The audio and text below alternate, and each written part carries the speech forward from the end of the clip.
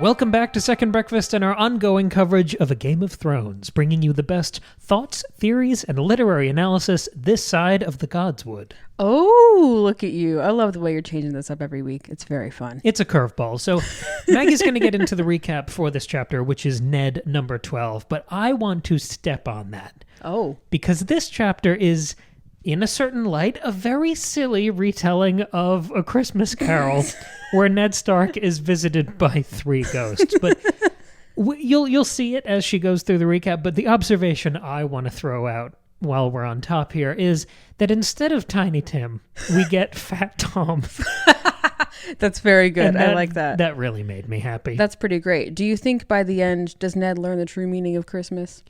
Well, I mean, weirdly enough, Ned is kind of also one of the ghosts. Well, yeah, because my man is dead in many ways. There is not a happy ending to this story. No, certainly not. You know, they don't have Christmas in this world. They don't have any sort of winter holiday because their seasons are so messed up. And their gods are different. So they don't have like yearly holidays and stuff. Ugh, what a shame. So what happens in this chapter, Ned chapter 12, spoilers for everything. What happens here, Maggie? Yes, let me tell you. So Ned is in his chambers and he is talking to Maester Pycelle, who is offering him milk of the poppy for his leg. Ned refuses it because he's like, I sleep enough. I need to get some stuff done. And Pycelle's like, okay.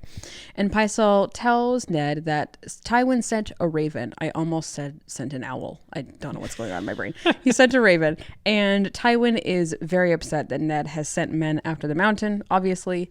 And Ned sort of feigns confidence in front of Pycelle and says Robert is not going to tolerate Tywin trying to interfere with the king's justice and it's all going to be fine. And so Pycelle leaves. A little while later, Littlefinger comes by to visit, and Littlefinger warns Ned that there are free riders and sellswords assembling at Casterly Rock. Like, things are not looking good. And also, he updates Ned about how the hunt is going. Remember, King Robert is off hunting. And he says that the White Hart was found dead. Some wolves killed it. And Robert was furious. And so he is going after a large boar instead. And this is where you would get the really ominous music in the background. And so Littlefinger is going to leave. And on his way out, Littlefinger spots the infamous book resting on the nightstand. It's, of course, the lineages and histories of the great houses of the Seven Kingdoms. And he kind of asks Ned about it. And Ned, in a wild moment of confidence, briefly considers telling Littlefinger the truth and then decides to not do that. And so Littlefinger leaves. And then Ned is sort of pondering. We kind of get really deep in his head. And so Ned, like, now fully knows the truth. He knows that Jaime and Cersei are, doing it, and that the kids are not Robert's kids. And so he's trying to figure out what to do.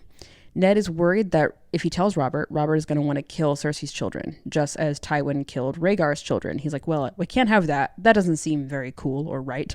But he also knows that, Robert's like not going to forgive that betrayal, especially against Jon Arryn.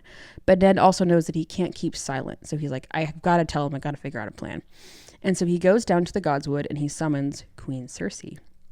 And so she shows up and they have a conversation. And Ned basically confronts her. He says, I know the truth. Like, I know what's going on. And Cersei just doesn't flinch and she doesn't deny it. She's like, yeah, that's what's going on. And so they have this conversation. We're doing it. Yeah. And so they have this conversation and Ned suggests that Cersei should flee with Jaime, Tywin, and Tyrion, like go off to the free cities because Robert is not going to be happy and he's going to try to kill her kids. At least that's what Ned thinks. And Cersei basically just kind of, she does things she does where she doesn't really say anything, but you can tell that she's threatening him. And she basically just accuses Ned of hypocrisy because he also has a bastard. So how are they different? And warns him that this is a bad idea. She says that Ned made a mistake by not taking the throne for himself back when Robert sort of won the rebellion. And this is where she gives the very famous line, when you play the Game of Thrones, you win or you die. There is no middle ground. And so then she leaves the Godswood and the scene just kind of ends there. To her credit, she does try flirting at first. That's true. She touches his leg. I didn't think that was very flirtatious. I thought that was more just like a statement of power. No, I think she was throwing it out there. Yeah, maybe this will work. Because in the same breath, she's accusing Ned of having this bastard, being unfaithful. So maybe she's kind of hoping that she can seduce him. No, it's totally. She's touching his leg, touches his hair, and talks about how far away Catelyn is. Yeah, that's true. I think it's more. I don't think she actually thinks anything is going to happen. I think she's just saying this is the kind of power I have, and I'm going to assert it. I think that's more what it is. If he had fallen for that, I think she would have gone with it. Sure. Well, yeah. Just to have another person under her thrall. Sure. Anytime she's got a leg up, she's gonna. Sure. and I mean that in many ways. Okay, so we both kind of got some things to talk about. Obviously, we said Ned is, not doing well. Like we say in every Ned chapter, like things aren't looking good for him. Where do you want to start here? So let's pick up the ball from where we started last week. We keep talking about Ned being in this afterlife, and I think we've gotten used to that idea, and the concept has slowly advanced. These last 3 chapters have been all about Ned, even though the last one was a Sansa chapter. It was a reflection on Ned. It was Ned in absentia, doing that Witcher thing. And just like talking about his morality and his way of thinking about the world, his philosophical approach, that was all there last week. We're considering Ned. We're analyzing him. Even as we get closer and closer into his POV, we're also zooming out on him. And it's not dizzying. Right. It's really interestingly written. So because Sansa is sort of an extension of his own philosophical attitudes and approach. So that's sort of how we framed that last week. Yeah, and there's that idea of kids being a reaction to their parents. So here we have Ned, not just in the afterlife, but I think pretty firmly as a ghost. And he's kind of caught up in this haze, this soup of grayness. And there's this... gray soup. There's a movie... Well, I'm looking for the haze, the fog, the metaphor. No, I know. It was just a great visual. A couple years ago, there was a movie called A Ghost Story. Yes. Which is incredibly impactful. It will ruin you if you've ever lost someone. And if not, you're probably not going to like it or get it and think it's boring. But it's the idea of someone who dies, then having the sheet over their head. It's Casey Affleck, I believe. And him watching his life continue, watching his family continue and being powerless to influence things and having to watch this and just kind of somberly walk through it. And I think Ned is sort of doing that here, even though he can still talk to people and interact with the corporeal world. He's still impotent and dead in a way. Very and he much has so. that ghostly quality where the plot and the main movers and shakers in King's Landing, they've all passed him by. Some of them happen to visit him or taunt him, but he's not part of the main action anymore. No, there's a real sense that there's stuff going on behind the scenes. Like when Pycelle is telling Ned about the Raven, Ned thinks to himself, oh yeah, no doubt Cersei like sent Pycelle to tell me that, to like, kind of intimidate me and freak me out. When he summons Cersei, she doesn't come for like hours. So presumably she is working behind the scenes, making a plan. She's clearly talking to Littlefinger and Varys about stuff. Like there's a clear indication that there's stuff happening outside of Ned's view and his control. He's just kind of going along with it anyway. Right. Kind of passing along like a ghost, like you're saying. Yes, and this limbo that he's existing in is exactly the type of circumstance that he cannot handle. He doesn't know how to make sense of this. He doesn't know how to take control of this situation. Because everything that he's lived up until this point, all these different roles he's played, they all have clear enemies. If he's on the battlefield, there are clear enemies. If he's Lord of Winterfell, there are clear rules that he himself can repeat to people and enforce with his sword. And even then, he's got clear allies and clear people who are loyal to him. Yes. It's very black and white. And there's none of that here. None of those rules, no clear enemies. It's just openly immoral schemers everywhere. The people who visit him, those 3 ghosts that I was talking about before, it's Littlefinger, Varys, and Pycelle. Varys doesn't come by at all in this. Varys is discussed. I'm sorry. Okay, He's sort of a presence in the chapter. Sorry. Yeah. Ned talks about him a lot in his narration. No, he is mentioned. Yeah. And any of the characters who would be clear villains, who Ned could focus his energy on and plan around and neutralize, those characters are all strategically absent from the chapter. So he doesn't have any North Pole. He doesn't have anything to center himself around. If Jaime was there, there's a clean villain for Ned Stark. If Tywin was there, same thing. And at this point, honestly, if Robert was there... Even if Robert was there, enemy or ally, he doesn't have that North Star to point to either. Right. He's just deep in the woods. At this point, I don't know if any of our characters could survive or outfox this lineup of Littlefinger, Pycelle, Varys, all these schemers in King's Landing. I don't think any of our people could outfox this, but specifically Ned can't as well. And in this kind of fog of not having any friends, he kind of fades away. He's isolated. You talked about in the recap how much time we spend deep inside his POV. And the character he starts to relate to is another dead guy.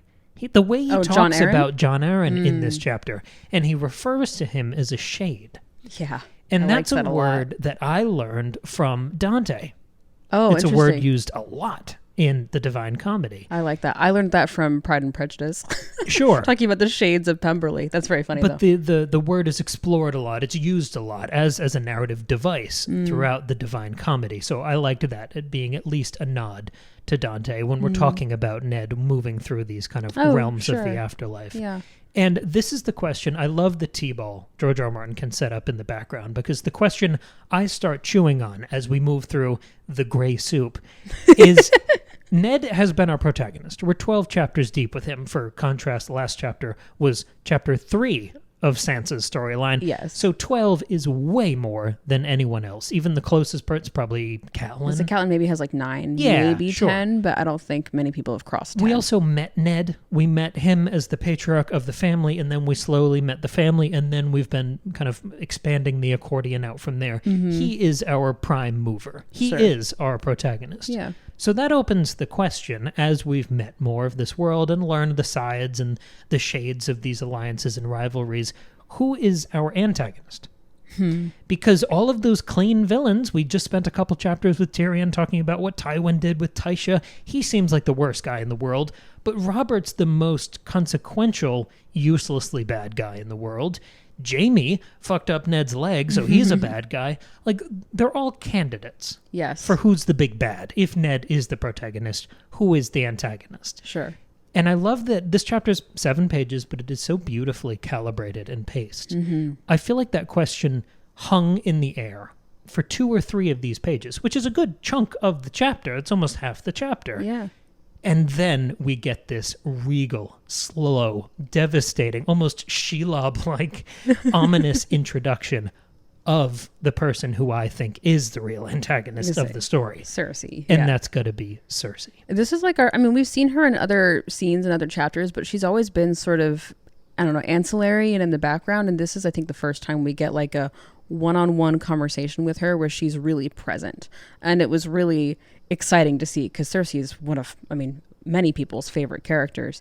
And it was thrilling to have her so present here and to see how scary and smart she is, you know? And you might think it's weird to wait more than halfway through this big-ass book before you introduced your big bad, but, you know, Sauron never says a word in Lord of the Rings. And I think that's one of the things I'm going to talk about in a bit with my stuff, is that Cersei is very much a hiding in the shadows kind of villain. So of course she's not going to be largely present and, you know, bombastic and threatening from the start. I mean, the second you see her, you know she's bad news. Like, she's never pretending to be sweet and perfect and, you know, nice. But she hasn't really exposed how truly scary and dangerous she can be until now. I appreciate that in the moment where the curtain is pulled back and we see who the main antagonist to Eddard Stark is, George doesn't let that simple binary of protagonist-antagonist, he doesn't let that sit there for more than like a paragraph before he starts to complicate it. You reveal your big bad, and then you immediately...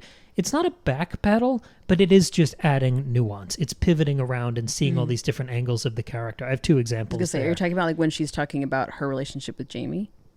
No. I think it's more that within 2 paragraphs of this big reveal, Ned is forced to genuinely consider if he would do the same thing she did. And if he was in her and Jaime's position in the tower at Winterfell, if he would give Bran the old heave-ho in the same situation. I see. Yeah. And then Cersei asks him how he's any different from her or Robert or Jaime. And he kind of trips over the question. And he says, I don't kill kids, but still, you know, he just like kind of, because he can't tell the truth about Jon because he's not a bastard, but he's still lying about this thing, and there's all that. And his hands are dirtied in 12 other things. So, Cersei talking about her relationship with Jaime, like obviously as a reader, you're reading this thinking, yeah, incest is horrible and like this is a terrible thing, but you still recognize the... I don't know if that's the chief crime of the chapter. but I'm saying you recognize, you see the humanity in her. She's being like, perhaps intentionally for the sake of, like in a manipulative way, she's being very vulnerable and like open about how she truly feels about Jaime and how and like why things are the way that they are. She talks about how Robert has mistreated her so terribly and how awful their relationship is and how discarded she feels by him. So like she's being very honest and open in a way that feels very vulnerable, which makes you connect with her on a human level, even if you like fundamentally disagree with what she's doing. It's really interesting. Because she talks to him on that level of gray soup that we were just talking about with Varys, Pycelle, Littlefinger, and is that all of them? Yeah, there's three. The three ghosts. You're tricking me now. Now Sorry. I think I'm tripping on things. Sorry. But she drags him back down into the gray, which is where Ned is the most impotent. And the whole chapter starts to feel like all of these different schemers, 3 or 4 or 5, they're just these vultures circling overhead Ned Stark, kind of picking at his bones because, as we keep saying, he's basically already dead. And now that he is a neutralized threat, he can be validated. Cersei can confirm this theory for him. He can see the truth. He can see the real hierarchy of King's Landing because he's neutralized. Do you think if you hadn't read if you try to go back to the first time you read the book, is there any shot you read this chapter and you think, now we know who the big bad guy is and we're going to take her down? I was trying to think about that because I keep saying, throughout this whole experience, so much of our interpretation is informed by us knowing the plot ahead of time. But because at first, once you've come to this conclusion with Ned and you fully understand the truth that, Cersei's kids are not Robert's and they're all products of incest and this is all very bad. Ned's figured that out, and so you're excited. You're like, yes, finally he gets it. Like, let's go. Let's take this down. And he even says, like, I'm going to tell Robert, you guys are going to escape. And I think for a moment you think, yeah, that might be what happens. But at the same time, Robert has been so inconsistent. He's been so hard to control from Ned. And he's also just like off in the woods doing random shit. And there's all this stuff that we've talked about these like deeply foreshadowing and ominous things going on. Like number one, like the cyclical nature of Jon Arryn did the exact same thing and he died. And that you don't know the full scope of what the Lannisters are planning, but you can tell they're planning things and they're ahead on stuff. We've had all this stuff in the last couple chapters, like these like ominous prophecies about Ned already being dead. Like I think as a reader, you've still got a little bit of hope, but it's not going to go the way that Ned is saying it's going to go, especially after this conversation ends and Cersei seems to really have the upper hand, because it's so unnerving and unsettling the way that she just fully doesn't flinch when Ned accuses her, because he thinks it's going to be a gotcha moment. And I think as the reader, first time, we're hoping that too. But she's like, yeah, we're together. And here's why. And let me tell you everything. And you're like, wait, what? And she's like actively talking about her sex life. Yes. And so then you're like, she doesn't flinch. So you've got to think she's got something else going on behind the scenes. She knew that he'd already found out and she has a plan. She has a plan to silence him, to kill him in the middle of the night so he can never tell Robert. Like, that something else is going on. So I think even if you've got a bit of hope, you don't really think it's going to go well. No, I still think first-time reader may not expect Ned to be killed in this book. Sure. But they might expect, I think they certainly aren't going to expect a victory on his part either. She kind of meets him on this ominous global setting. Because he's challenging her. This is supposed to be good versus evil. So he challenges her in the gods' wood. So the gods can see them. So he has all of his good omens watching over and sort of protecting or endorsing what he's doing. And when she shows up, I was reminded of what you talked about in the last Ned chapter, when he was on the Iron Throne and we were talking about color theory and the color red and bleeding through. And all the sky basically turns red when Cersei shows up. So she brings all of her ill omens and doesn't even flinch and overpowers him and walks away. Right. Yeah. It's a really like telling moment and it's very symbolic. Do you want to talk about Cersei for a second? Just because we're on the subject. Sure. So this was the other main thing I wanted to play with here. It was just sort of zooming out because this character, obviously Lena Headey's incredible performance in the show, this character's been in our heads for more than a decade at this point, and I think it's impossible to divorce the two versions of this character in my head now. Yeah, there are lots of characters in this book that are really, some of them are tied to their actors and some of them aren't, but Cersei is one of those who it's very tied to Lena Headey's performance for me. So I was really, really trying to separate myself from that great performance and even everything I know about her from the book, and try to genuinely be reintroduced to her and clock this as a new character, to have those as much as I can, those fresh eyes seeing this person walk on the scene. And I was so surprised by how she was presented here and how she carried herself. She came in alone. Usually you see her flanked by the mountain and 12 other guys. Right. She comes in here alone, obviously bruised with this big yellow bruise. I don't remember a moment like that on the show. That's not how I picture show Cersei. She's also not in a beautiful ornate dress, walking slowly, carrying a glass of wine. Yes. She's wearing brown boots, a brown cloak, and her hunting greens. Yes. So you're picturing her like the royal family in The Crown when they go do their dumb pheasant shit. Yeah, she's wearing her tartan. Exactly. Yeah. And she keeps all of her movements, even the way she sits. Also, she sits down in the grass. On the ground. Yes, yes. And she's described as being cat-like. She's not speaking in these one-liners or punchlines in the way that Lena Headey does, which is so wonderful in the show. Right. She's not speaking in riddles. She doesn't have a mystique to her. She's straightforward. She's unabashed. She's shameless. Like, I was expecting Lena Headey delivering punchlines, being almost like Jack Sparrow-ish with the wine. And like really, really guarded. Like usually Right. she's very guarded, like 15 careful. walls up. Yeah. And instead, I got someone that reminded me more of Marjorie Tyrell or a little bit of like Catwoman. Yeah. Kind of. Or honestly, I was trying to get like an allegory, a comparison that really made sense to me. And the only thing I could land on here was the way the Targaryens feel in the first half of Fire and Blood. Oh, okay. Because I've always, since we read Fire and Blood over on Patreon, check that out, 12 volumes, great series, $2 a month, support the show. Since we did that, I've really been grading against the Lannisters and really resenting Jaime and Cersei for this Targaryen pastiche of incest. It seems so aspirational. It seems so pretentious. Yeah, and fake. To try almost. to be like the big royals that everyone talks about who have this mythical status. Who are you to imitate them? Sure. But in this chapter, when we finally met her, because I think Jaime has to grasp at that more than Cersei does, Yeah. I was shocked by how comfortable she felt in power. That she doesn't have any bluster. She's completely unblinking. Yeah, she's not like cloying, and she's just already there. It's an entitlement that is comfortable and dangerous. And that's how I felt about the Targaryens in Fire and Blood. Yeah. And I want to test this because it felt like a claim that was too big, and that's when I throw to you for checks and balances. Could you make the case that Cersei has or will conquer Westeros as much as Aegon did? If you look at her having Tywin and Jaime as her dragons, and effectively Robert as well, because he ends up doing her bidding, will she get to that level as she once becomes queen and conquers all the other houses and blows up the Tyrells in the Sept of Baelor? Yeah. Will she reach that status like Aegon the Conqueror? She has all of the ingredients. She has all the things she needs. All the elements are there. I think obviously the show, as we said a million times, goes past the books, so we don't know, but it seems like the thing that messes her up is the actual Targaryen, Dany.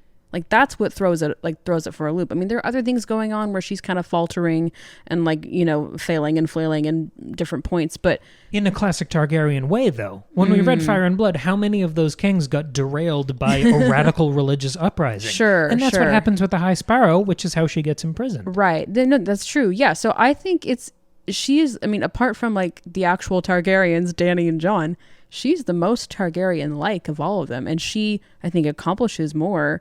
I mean, Dany does, it's hard to compare. She does very different things than Cersei, but she accomplishes in many ways more than anybody else does. But she's a queen who's not, like, if we look at how, I'm just riffing here, if we look at how House of the Dragon dealt with the idea of a queen, Cersei does not get nearly as much shit as Rhaenyra does, because I think Cersei has the tact and hard edge that Rhaenyra doesn't. We see that she kind of, the second she's in, I mean, not to spoil the books, but actually, I guess I won't talk about that then. Yeah, maybe go check it out over on Patreon. Yeah, don't spoil Fire and Blood. Obviously, right now in the show, Rhaenyra is trying to be that queen, and we see she's sort of faltered for a season now.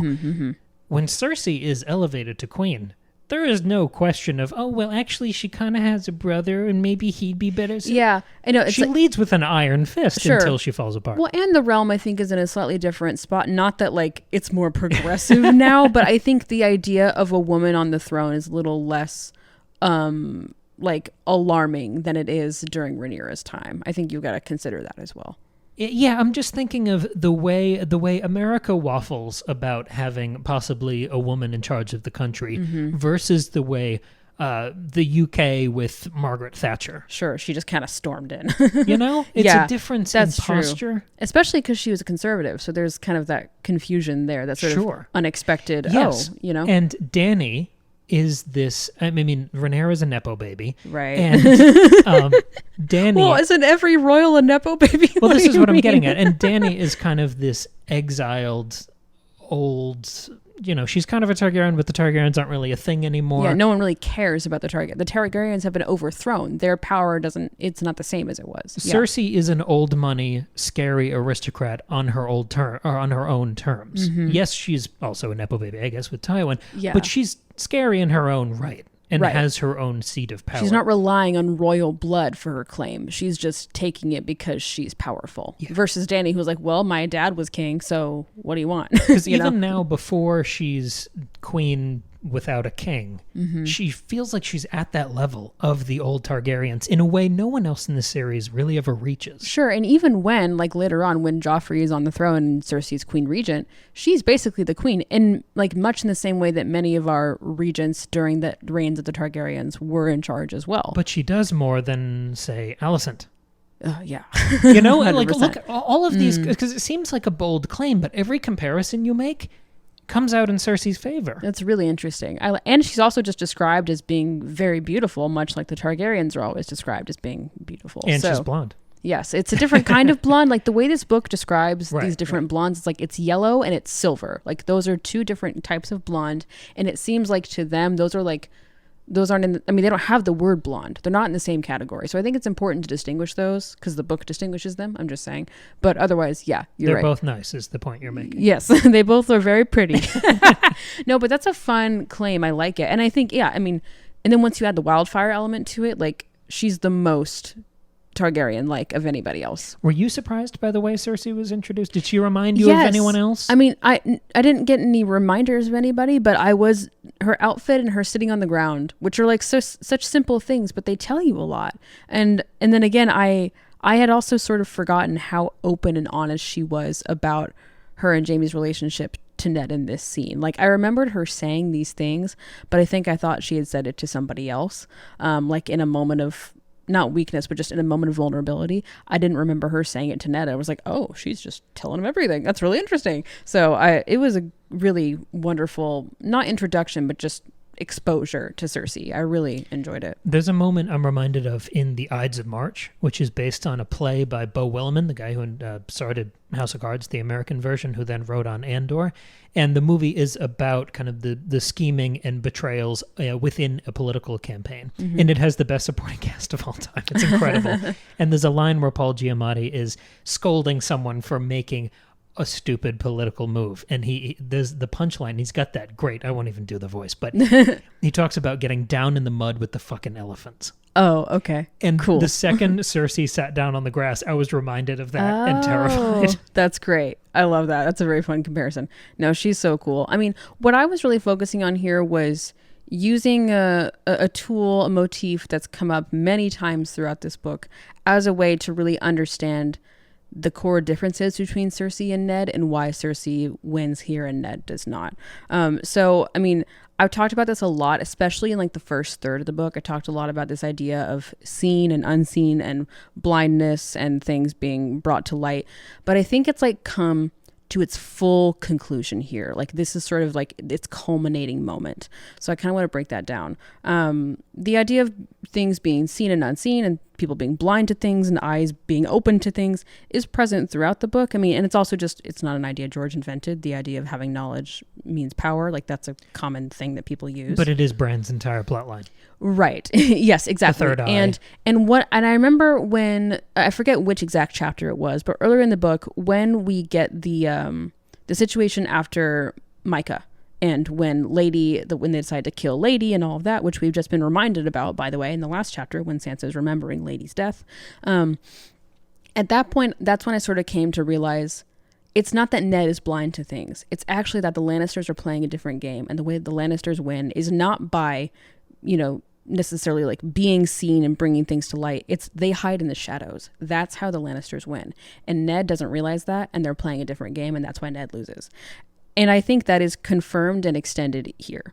So I'm going to kind of go through the different places in the narration or in the chapter where blindness and seeing and knowledge are kind of mentioned, and then we can kind of break it down. I like this idea of a finale of this imagery. Because you hate it, you don't want to talk about it anymore? No, because the next chapter is a Dany chapter. Yes. So if this is the end of this sequence of the book before the next Targaryen chapter, Absolutely. Targaryen checkpoint, then this is a nice moment to bring something to a close. Yes. When I finished this chapter and saw the next page that it was a Dany chapter, I was like, oh, that's Vindication. perfect. I was like, this chapter of the book is ending. And I don't mean Ned chapter, I mean this section. Chapter Ned will of the limp story. on like Monty. I'm not quite dead. I'm not dead yet. This poor guy. He has like 300 pages left somehow. This poor man. Okay, so let's go through this together. So the narration says, it was queer how sometimes a child's innocent eyes can see things that grown men are blind to. This is, of course, Ned realizing that Sansa kind of said, I'm going to have a son with golden hair. And he was like, hold on a second. He finally came to that conclusion. Like that voice. What do you mean? His golden hair. Anyway, so that's one. So yeah, child's innocent eyes can see things that grown men are blind to. So things coming to light. Ned says to Littlefinger, even a blind man could see that the Hound loathed his brother. So he's talking about things coming to, things are obvious. It's important to understand about people. Cersei asks Ned why here in the Godswood, and Ned says, so the gods can see. We also see Ned say, I know the truth Jon Arryn died for. The narration says the queen watched Ned's face, wary as a cat. Ned thinks to himself, how could they all have been so blind? The truth was there in front of them all the time, written on the children's faces. Cersei's eyes burned green fire in the dusk. She turned up her hood to hide her swollen face and left him there in the dark. So throughout the course of this chapter, Ned is, of course, trying to bring the truth to light. He has come to understand a very important truth and is trying to expose it, make it seen, make it known, sort of undo the blind eyes or unturn the blind eyes that everybody has turned to. Can this I add one? situation. Yes, please. He strengthens his case. Finally, he gets evidence. He brings the receipts by looking at the Jon Arryn book of the royal genealogies. And this is in a time where most people are illiterate. But he gets that last bit of knowledge through a book by seeing the book. That's that cool. Wouldn't mean much to most other people. I like that. That's perfect. That's excellent. But what's funny is that Cersei, she's not doing the same thing. My favorite thing about this was that Cersei arrives at the Godswood at sunset. She waits and doesn't arrive until sunset. And like you pointed out, that's when the sky has turned red. And so she's bringing that Lannisterian blood power with her. I just made up that word. I'm really proud of it. But she arrives at sunset. But also, as the scene goes on, it gets darker and darker. We see the narration pointing out that like at halfway through, it's at dusk. And then when she leaves the scene, she hides her face with her cloak and she leaves Ned in the dark. And like the last lines of the chapter are describing how it's gotten so dark outside that the stars are coming out. So Cersei has sort of like asserted her power as it's gotten darker. And so she knows how to use the dark to her advantage. Again, Cersei and the Lannisters are playing a different game. They are hiding in the shadows. They are using the darkness to their advantage rather than doing what Ned's doing, which is trying to bring everything out to light. And again, like I said earlier, when Cersei gets there, she already knows that Ned knows. She's already figured it out. She already has a plan and knows that she's going to do away with Ned somehow, convince Robert to not believe Ned. Like, she's going to do something to sort of undo what Ned's been trying to do. She's not shying away from the truth because she knows she can silence him and like put him in the darkness. She knows that she can do that. She knows this isn't the climax of the story. Yes, exactly. And I think this sort of core difference between Cersei and Ned is like, number one, that's how Ned loses, is they're playing a totally different game. But this also, there's like a whole other element to this, because in this chapter we get, I think, key thesis statements from both of these characters. Cersei says, a true man does what he will, not what he must. And Ned does the opposite. When he's going to go down to the Godswood and he's going to summon Cersei, he asks Fat Tom, his friend, like one of his like remaining bannermen. You might know him as Tiny Tim. Yes, Tiny Tim. He asked him to, deliver this letter to Cersei to tell her to come down. And he says, let me read it exactly. he says, "Is that wise, Lord Eddard, with your leg and all?" And Ned says, "Perhaps not, but necessary." So he's doing the thing that he knows is not wise, but is necessary. So Cersei is stressing the importance of doing what you want and not what you think you should do. And Ned only does what he thinks you should do. So I was sort of reflecting and I was realizing I don't think at any point we ever see Ned even consider what he wants. He's only ever doing what he thinks he has to do based on duty. Yeah. Exactly. Like, except for like protecting his family, like that's like kind of the one exception. But even then, it's not about him. It's about his family. He's only ever doing things out of duty. He becomes Hand because he thinks he's supposed to say yes. He's trying to find out the truth about Jon Arryn because he feels like he owes it to Jon Arryn and to Robert. He is trying to prep Catelyn for war with the Lannisters because he has a duty to protect his family and his house and his lands. Doesn't he only marry Catelyn because she was betrothed to his brother? Yeah, like not because he like wants to marry Catelyn, but because she was going to marry his brother and his brother died. He was like, okay, well, I guess I'll marry you now. Like that, our houses can still be joined because like I want to honor this pact that our houses made. Are you saying the only choice Ned Stark has ever made is that haircut? I guess so. That's more damning than anything else. And he's like sending men after the Hound in the last chapter. That's not because he was mad at the Hound. Not the Hound. I'm sorry. I mean the Mountain. I wrote it down wrong. It's not because he wants to get the Mountain back. It's because he thinks that's what he's supposed to do. It's the king's justice. He is only ever doing things out of a sense of duty. And I don't think this man for a second knows what he wants or even bothers to consider what he wants. And obviously, he's in a position where he has to look past his own desires because he's in a position of power and has to adhere to this morality system that he bases his whole life around of, you know, doing what's right, you know, why are you laughing? Just the way you said duty. Well, really? Like are you 5 years old? No, just the way you said it was such derision, like duty. Duty. He did his duty in the bedpan. He did his doo-doo. Anyway, so that is the way Ned is operating. And on the surface, you're like, well, of course he's doing that. Like, that's the right thing to do. He's a good leader. He's a good father. He's a good warden of the North. He's a good Lord of Winterfell. He's doing, like, what is right. But when you're looking around at all the people around him who are not doing that and are just doing what they want to do, that's when it's not going to work because Cersei is saying you should do what you want, not what you must. I mean, think about like what Cersei must do, what Tywin must do are not at all what they end up doing in this story. They are trying to assert power. They're trying to take over the throne, even if like, you know, in action, if not in name, they're trying to, you know, basically commit treason against Robert and the crown. And they're trying to take over everything. And so they just do it.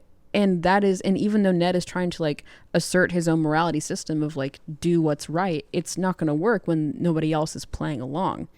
And this is where it gets so like frustrating and sad because you see that translate into real life. You know, like an example right now is we've had some trouble with our neighbors who are loud. Okay.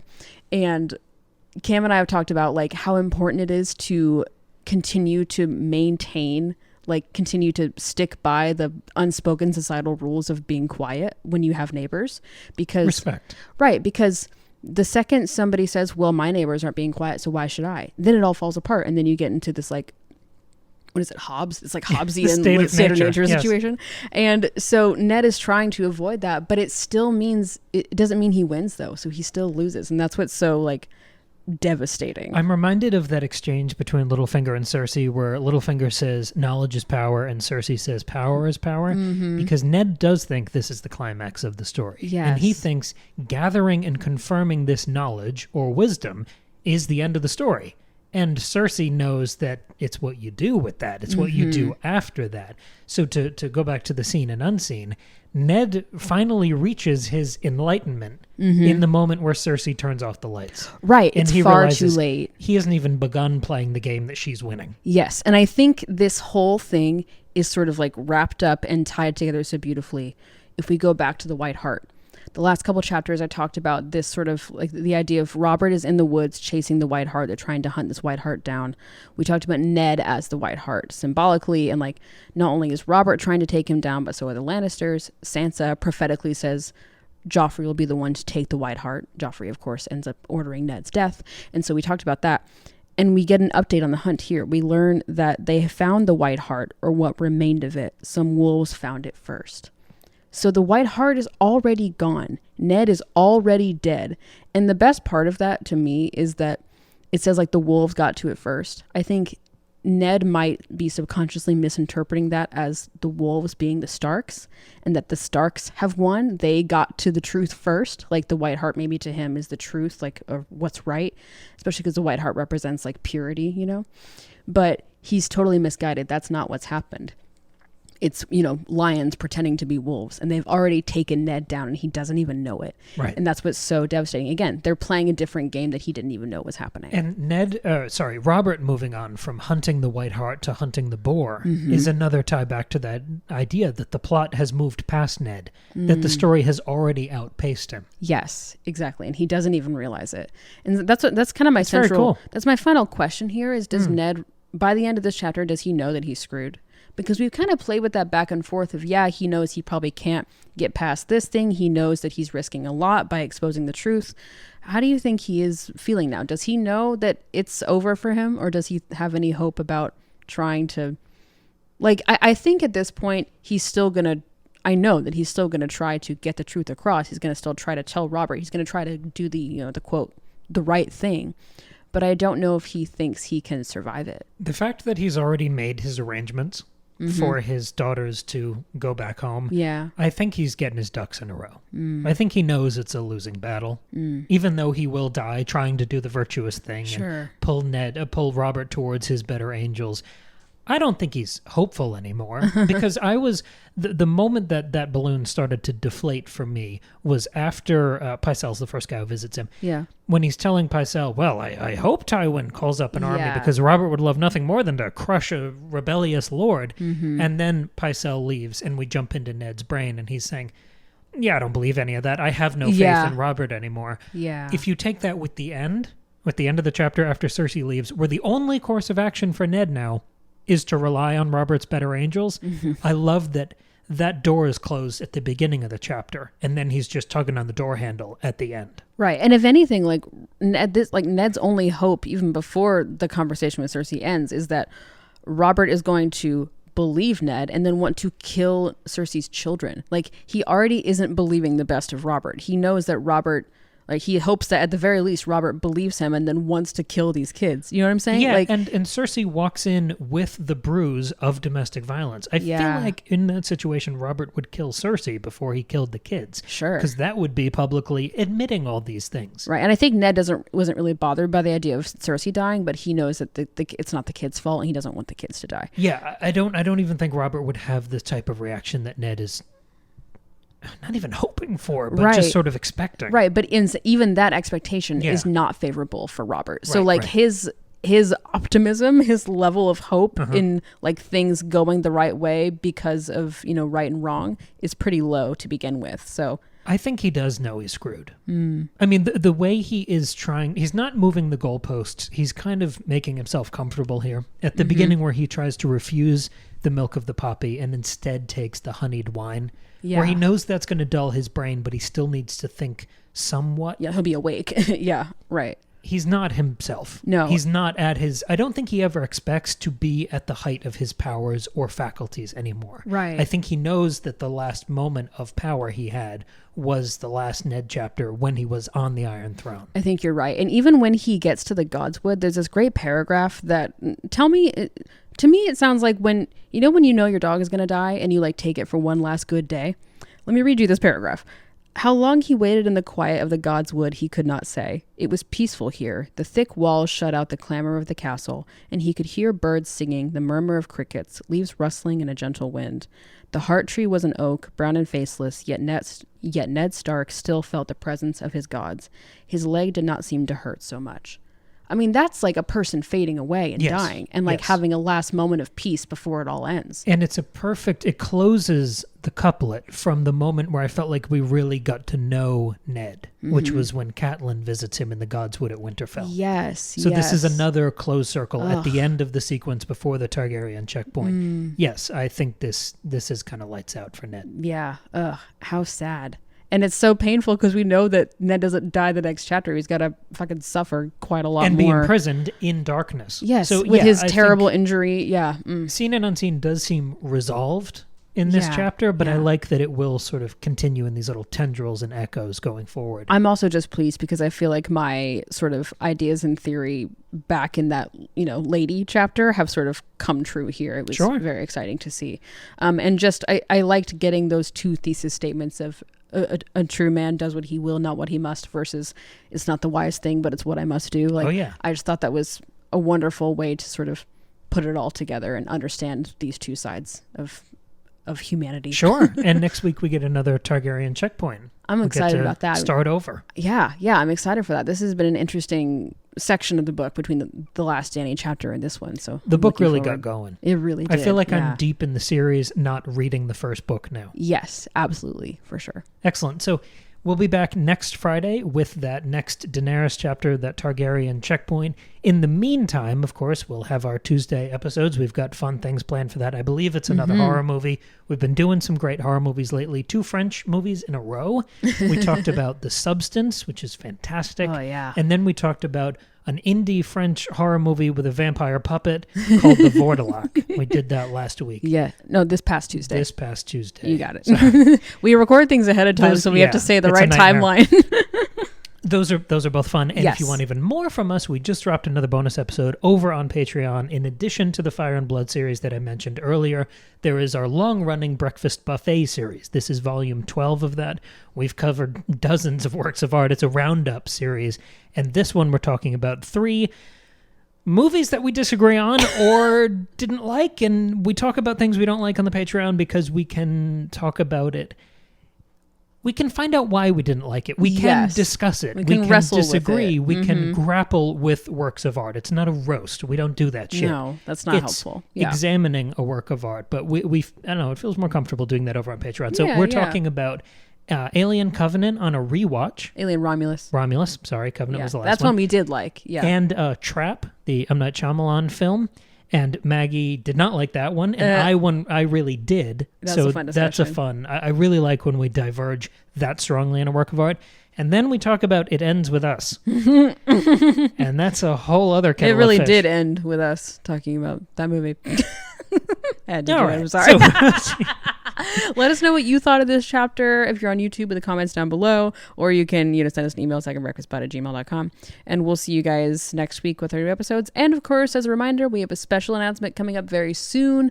Just want to keep the hype train going. Very soon. Very soon. Very soon. Very soon. They never seen it this soon. Okay. See y'all next week. Bye.